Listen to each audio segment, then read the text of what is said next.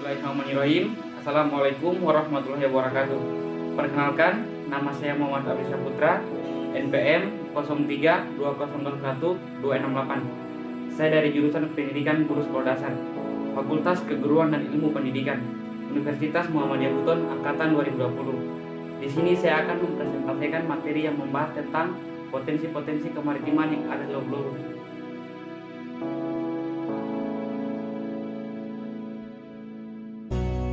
Sebelum kita masuk ke pembahasan, apa itu yang dimaksud dengan kemaritiman?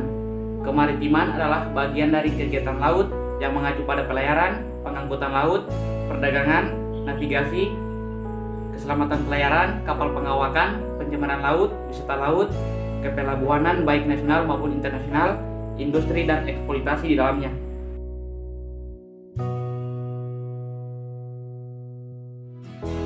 Berbicara mengenai potensi wilayah pesisir, Bau-Bau memiliki wilayah pesisir yang relatif besar dengan panjang garis pantainya mencapai 42 km. Di sepanjang wilayah itu terdapat potensi pengembangan sektor perikanan. Potensi sektor perikanan itu berupa budidaya laut di pesisir Kecamatan Lealea dengan komoditas unggulannya yaitu rumput laut dan budidaya ikan dalam karamba atau jaring apung. Ikan yang dibudidayakan dalam karamba saat ini yaitu lobster dan berbagai jenis ikan lainnya. Terdapat pula budidaya ikan air payau di Kelurahan Lowu dan Atologou seperti tambak atau empang.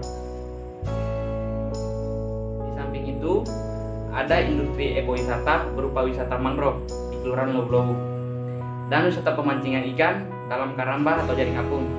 Harapan masyarakat setempat agar semua potensi itu bisa berjalan optimal serta dapat dimanfaatkan untuk kegiatan-kegiatan penciptaan lapangan pekerjaan, peluang berusaha, pengentasan kemiskinan, dan pertumbuhan ekonomi masyarakat.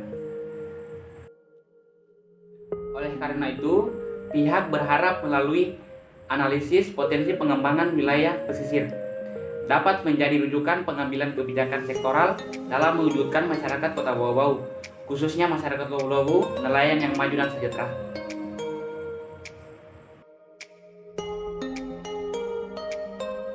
Berikut ini ada beberapa potensi kemaritiman di Laut Lowu. Yang pertama itu ikan.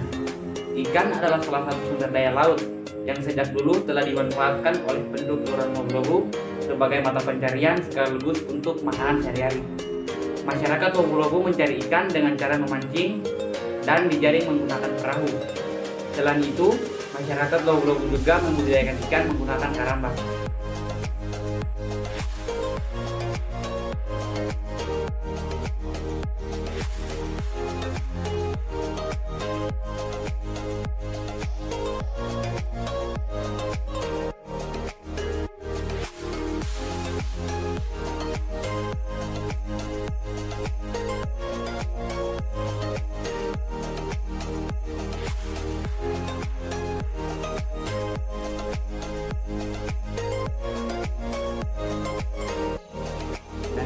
Itu adalah rumput laut.